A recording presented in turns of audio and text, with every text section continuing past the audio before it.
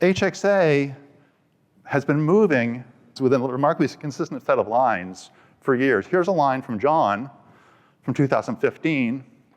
Our goal is to attain enough diversity and enough room for diverse viewpoints to be aired without fear of consequences, that orthodoxies get disrupted and the normal processes of debate and disconfirmation can work their magic. I'm going to return to that word about magic in a moment. And that's 2015, and now, just a few weeks ago, this line from the president of Harvard, we need to ensure that the university lives up to its steps, the steps it's taking, to reaffirm a culture of free inquiry, viewpoint diversity, and academic exploration. So to each of you who joined HXA, you know that you were prescient, you were wise to make this choice when you did. And we think that in this moment, so much is happening that now allows us to do some new things, things that are not thinkable, dreamable, truly, when John first started the organization. So there's something happening, there's a moment here. What is the moment, though? Well, it's kind of confusing.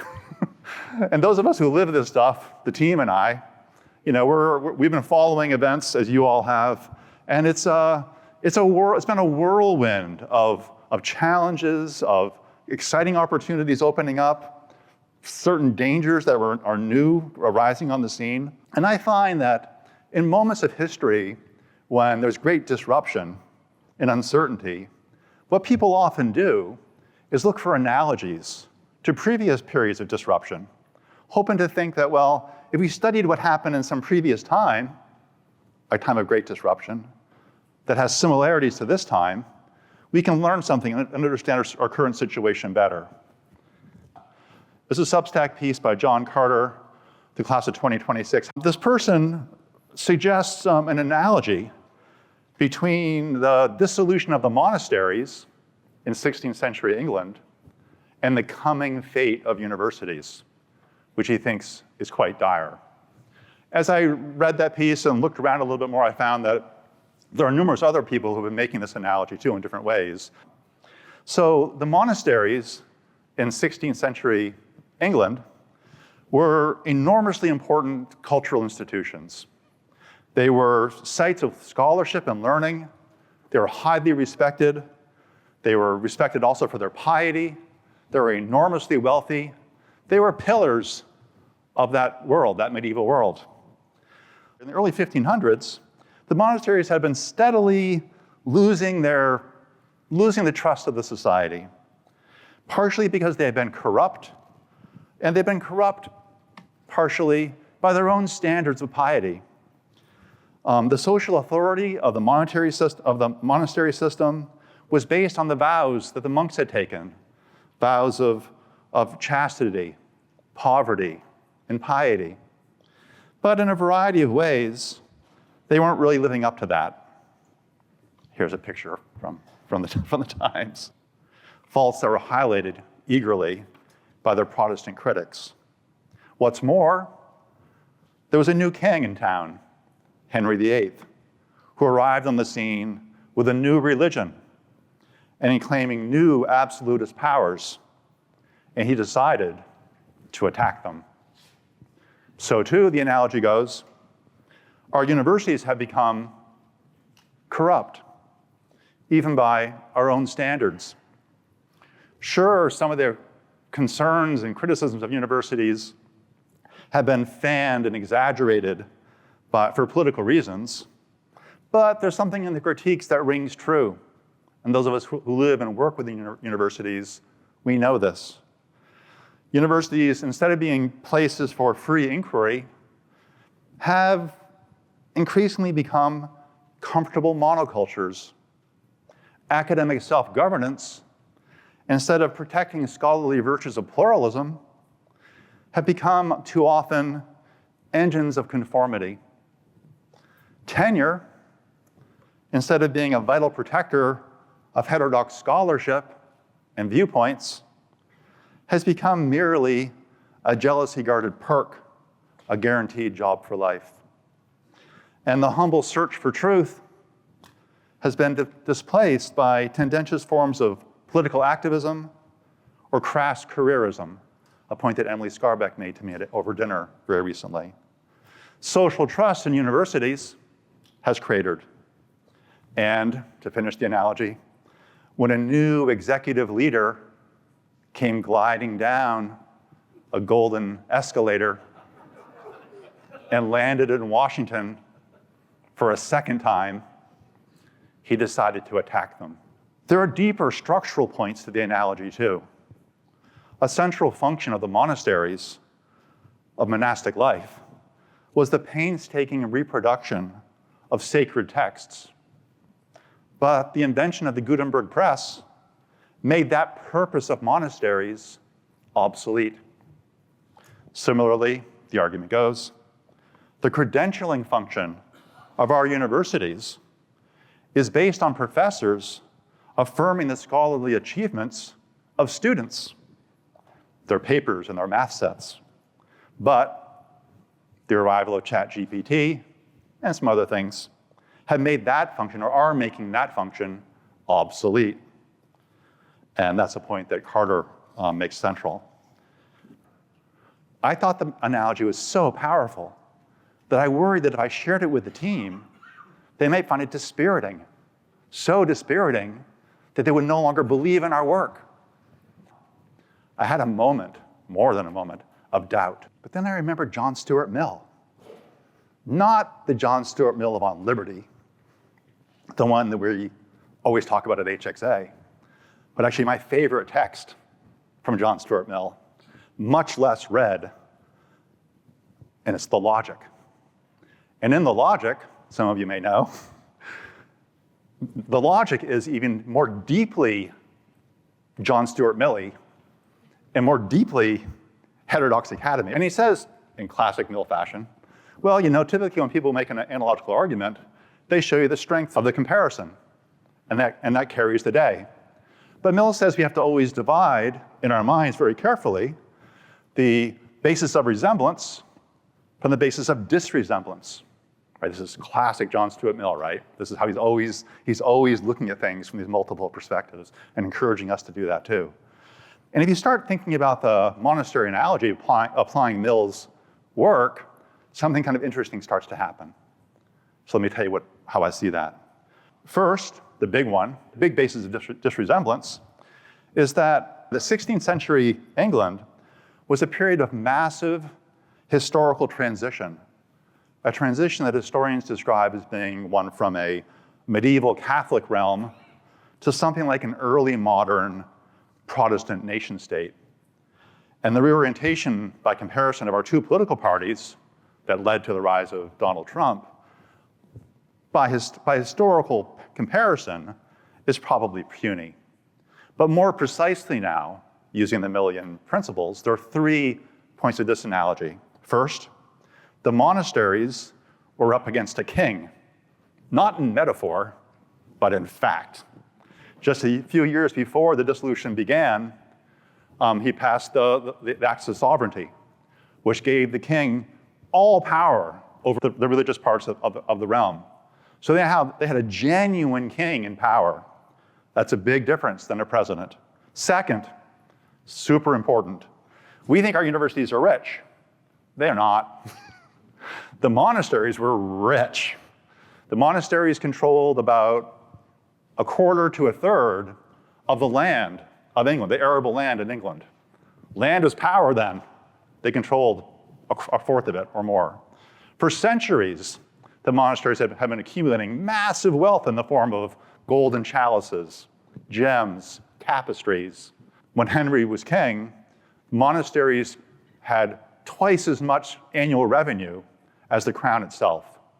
And Henry had very little money. He had all his power, but didn't have much money. So he went after them because he wanted their money. And he wasn't just seeking to knock them down a peg. He wanted to utterly extirpate them and take all their money. And that's exactly what he did. And he used the money for a whole bunch of social purposes, which is a fascinating story I won't tell here. He even took their stones to build armaments and castles. So that's a big difference. But there's a third difference that's the most important one, and that's the one that's going to be most relevant to us, most important to us. This is the big one. The big third basis of disresemblance. It's this. there was no manner of reform, no pathway of returning to their true purpose that could have reconciled the monasteries to this king. There was no such path. The monasteries were essentially Catholic institutions. They had things that were Catholic about them in their core. They told masses for dead people's souls so they might go to heaven. The Protestants didn't believe in that stuff. They had relics that they worshiped. Protestants didn't believe in that stuff. There was no way, there was no path of reform for the Catholic monasteries that could have reconciled them to the powers that be in their society. And it's that last point about the possibilities and the shape of reform that I want to talk with you about.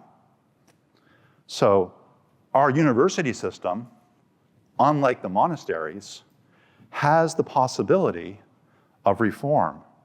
And the big lesson from this story I've just told you, the big lesson is that, I think, to avoid the fate of the monasteries, our university system must find some way to reconcile itself to the wider society of which it is a part. But what's that reconciliation? What form of reconciliation? About a week ago, I read an email from a person named Carl Noyce. Some of you may know Carl. He's a pyrotechnic, reform-minded alum of Cornell University. Carl started what has become a national movement of alumni groups who in often very oppositional ways are seeking to reform their universities. They're not all oppositional, but many of them take that form. And Carl wrote in this piece that he said, you know, what we're seeing on universities now is a movement away from their societies that's stronger than we've ever seen before. There's something different about it now, he said. In the 60s, according to Carl, universities were working on the civil rights movement and they were trying to make us better by our own standards. But universities today, ideas germinated within universities, are essentially opposed to the society itself. They claim that America is an essentially racist society, or in the 1619 Project, for example. And so his idea is that universities cannot be enemies of society. They must, in some sense, instead, reconcile themselves to society. We could say, well, universities should not be enemies of our society. They should be fans of our society. There could be a patriotic reconciliation. Universities should teach our students that America is a great society, a shining city on a hill. And I think it's certainly true that any university worth its salt should have professors who believe that about America and who do think of America in these strongly patriotic terms. But obviously, the university cannot reconcile itself in that way to the wider society. We're places where people have to think freely. They need to be critical of the basic American principles. That's what a university is. Without that, nothing. So that form of reconciliation through patriotism is not available to us. There's a stronger version of this T. You could say, well, universities should reconcile ourselves to the wider society precisely by reconciling themselves to the political agenda of whichever party is in power. And those of us who have been around for a while know that this is not a completely unfamiliar idea. There have been times when universities have reconciled themselves to certain edicts, for example, regarding what kinds of judicial processes they use on their own campuses. And in our current time, there's even much stronger, perhaps, drive towards seeking that kind of reconciliation.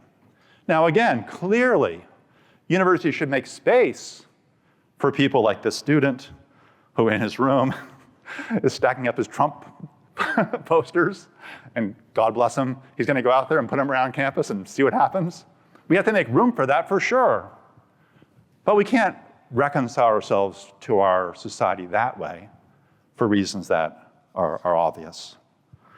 But then, how can we reconcile ourselves? I'm going to suggest that our university should reconcile itself to our society by making a contribution that is essentially cultural. So I'm going to suggest that there's a certain cultural contribution that our universities could make to our wider society.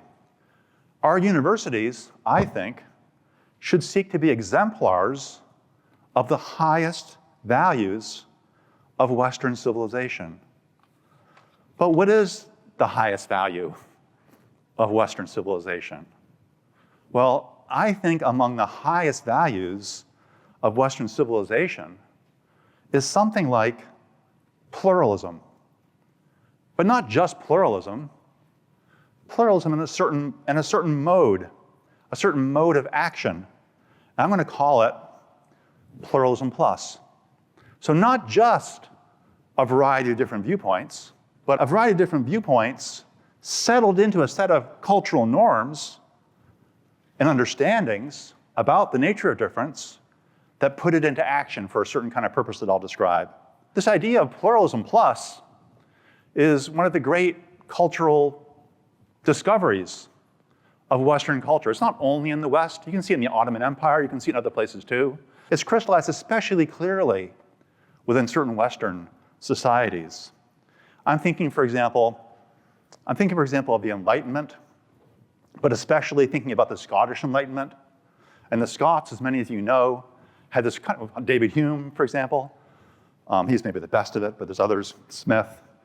They were interested in the idea, this radical idea, that maybe a society that has fundamental differences within it can take those differences, if they find the right kinds of institutions, and do some magic with them.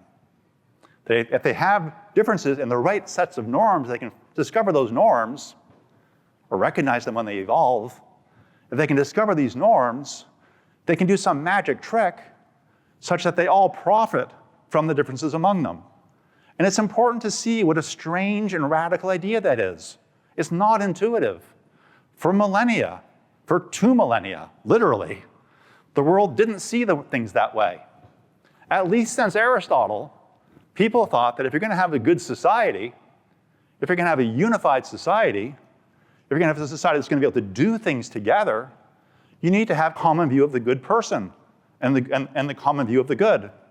And so societies, through religion often, but in other ways too, they worked on the assumption that the point of politics is to bring its people together in some strong way.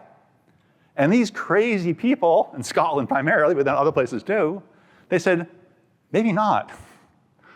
Maybe by having different viewpoints and people pursuing their lives in different ways, if we have the right institutions, we can all prosper together.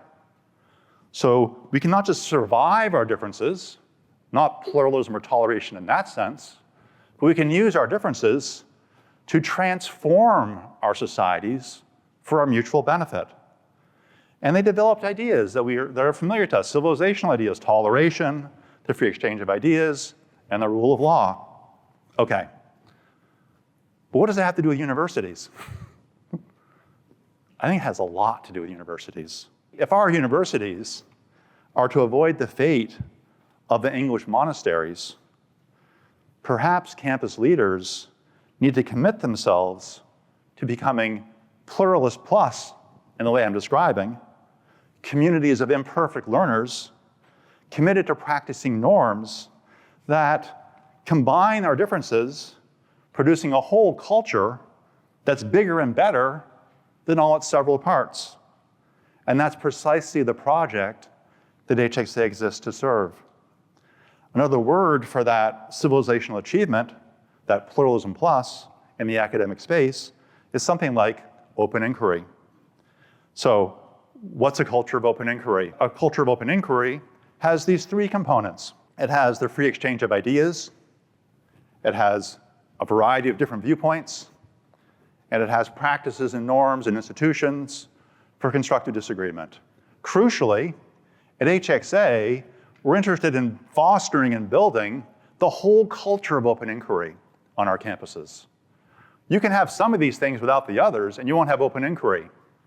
You can have lots of diversity, but no ability to speak, and you won't have much of anything at all. You can have the ability to speak, but conformities of views, and you don't get much open inquiry either. You need to have each of these three things working together in strong measure. Constructive disagreement, you can have different viewpoints, and you can have the freedom to speak, but if you don't know how to listen, if you don't know how to ask questions, if you're not aware and don't respect disciplinary norms of investigation and evidence, then you're not going to have open inquiry. But these three things working together create a kind of a culture that is very much like a great civilizational accomplishment. It's a way of thinking about our universities that is similar to the way our forebears thought about the foundations of Western civilization. So if we do this, if we start making this cultural contribution to society, my thought is that universities should be, could be, and perhaps, according to some of our apocalyptic warriors, must become visible exemplars of these values. We must become cultural icons, cultural exemplars of the very highest values of our society, of our civilization. We build a campus culture of open inquiry because this is a precondition of reconciling our universities with the society in which we find ourselves. We build a campus culture and make this cultural contribution to the wider society precisely by building a culture that can be admired and that can win the admiration, indeed the awe, of our fellow citizens. It's the kind of campus culture that can make ordinary citizens proud of our, that is their, universities. They may not go to Harvard, but they should think to themselves, wow, Harvard's in my country, and it's an awesome place because it does these things. So too, every state university, every local college, the community colleges too. If they build these cultures of open inquiry, if they manifest these difficult values and make it vivid of how powerful it can be to bring people together to learn from their differences without conforming them, they create a kind of a citadel, a kind of a cultural talisman that our entire society can benefit from. We teach in that way by being that way. And I would add that the more elite the university, the more clearly it should exemplify that type of culture and thus be a source of pride to all our fellow citizens. And I think there is a kind of dividing going on, a kind of a sorting out happening.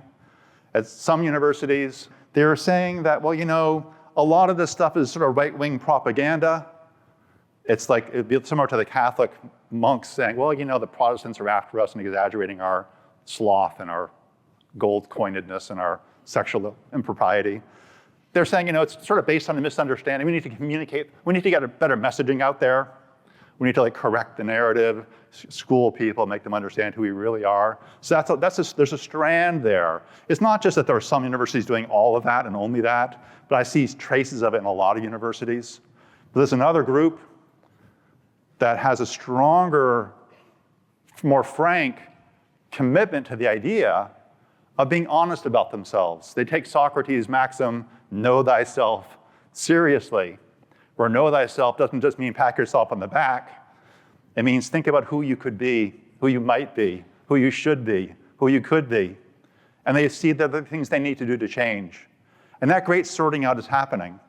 I think that among our legacy elite universities, some of them may soon, maybe already now, be proving themselves to have exhausted their energies if they're unwilling or unable to become the kind of cultural exemplars that our society is asking universities right now to become.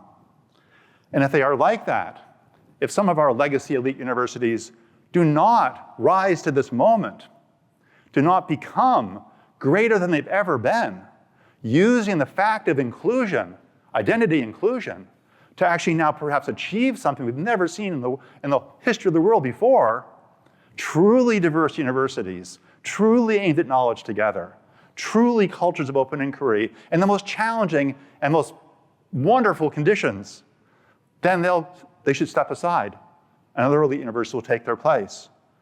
And I think we'll see that there are other university presidents and faculties and trustees and alumni groups who are actually willing to make these changes. And some of these people, in their different ways, will be on the panel that you'll be hearing at HXA tomorrow. So, what does all of this mean for HXA and for you? Well, I do think that this bit about the monasteries is pretty serious. It was unthinkable that they would go away. Not thinkable. And in 10 years, they were gone. And that's not impossible. That's not an impossible fate for us. But if things are this epic, if the threat is that existential, all the more reason for us to have serious conversations. We especially, the people of Heterodox Academy, to be thinking, well, what kind of reconciliation could we do? How do we do it? We've been starting to organize our once individual members into groups. We have 74 campus communities now. And these communities have been doing all kinds of interesting things, working on policy, working with administrators, doing new ways of developing, thinking about institutional neutrality beyond Calvin. We're not just having students who are chanting mindlessly when some great social conflict happens. Universities don't just become places that are known for mindless chanting or just waving flags or throwing things at one another. We're working, we're seeking, we and our allies are seeking to have transformations happen on these campuses in the face of these extremely difficult political times that we're living in, morally challenging moments, morally wrenching moments. We're seeking to convert those raw impulses into something like thoughtfulness, attention, like the students on the right, thinking together in new ways in these complicated terms of pluralism plus. It's an example, as you'll see many examples in this conference, of the kind of possibilities of achieving this thing I'm describing. And some of you may know that HXA is working on this really interesting project with Sway.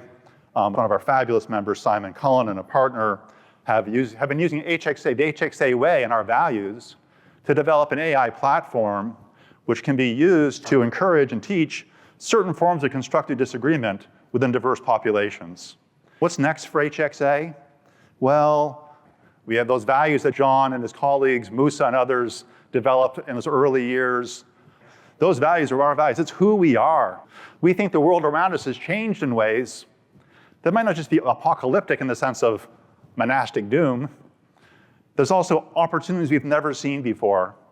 A gentle cultural transformation that's already underway within HXA. A transformation from being heterodox contras, from being contras against our presidents and campuses, to being something like principled allies. And I'll emphasize, principled allies.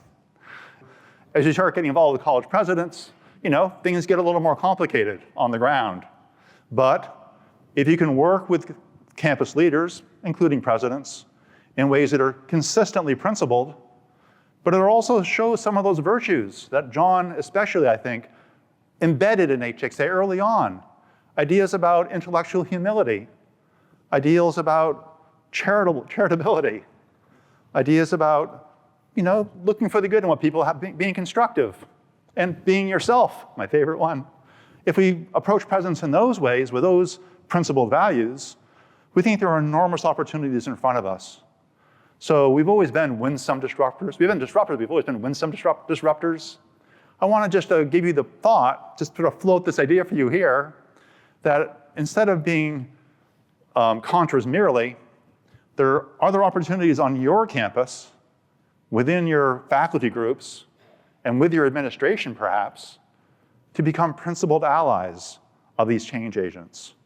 Is it possible that you could, in your own way, using your own words, start bringing your campus colleagues and your campus leaders to share the vision that I've been describing, a vision about an epic moment that we're in, where universities are truly facing a crossroads, that we have to find some form of reconciliation between ourselves and the society in which we find ourselves. Is there a way can you find ways to express that form of reconciliation, to make that form of reconciliation attractive to people who need to move your universities in the direction I've been describing. So we're going to be, we just a half an hour ago, as I was speaking, went live on our website, something that we call Open Inquiry U. It's a plan or an agenda for building the kind of campus culture that I've been describing, a campus culture of open inquiry. It has 4 main parts: commit to open inquiry, unleash the free exchange of ideas, insist on viewpoint diversity. Don't just hope it's going to happen. Insist on viewpoint diversity, and invest in constructive disagreement. I'm asking you, maybe not right at this moment, but I'm asking you to go to the website, to start looking through the plan. We're working on it. It's going to be growing and changing as we develop it, but we need your help with that. And most of all, I hope you will go and look at it with an eye towards your own campus and your own colleagues. You know, we can go 2 ways here. The choice is, it's ours. Every generation and every institution is in a process of becoming. There's not a thing that universities are, just like there's not a thing that any one of you is. Each of you, each of us, each of our institutions is in a constant state of change, a constant state of becoming. And institutions are measured by the choices that the generations of their time make. So too, we're going to be measured, all of us, this generation of academics, by the choices that we make. HXA is there with you as you make these choices to make your university Open Inquiry U. We thank you for being part of this journey. The team and I, we try to tell you this, but we probably don't tell it to you enough or well enough, but we admire you. We respect you. We rely on you to do the work that we describe. And I just want to close by thanking you for coming to the conference. Welcome to H6A 2025. Enjoy.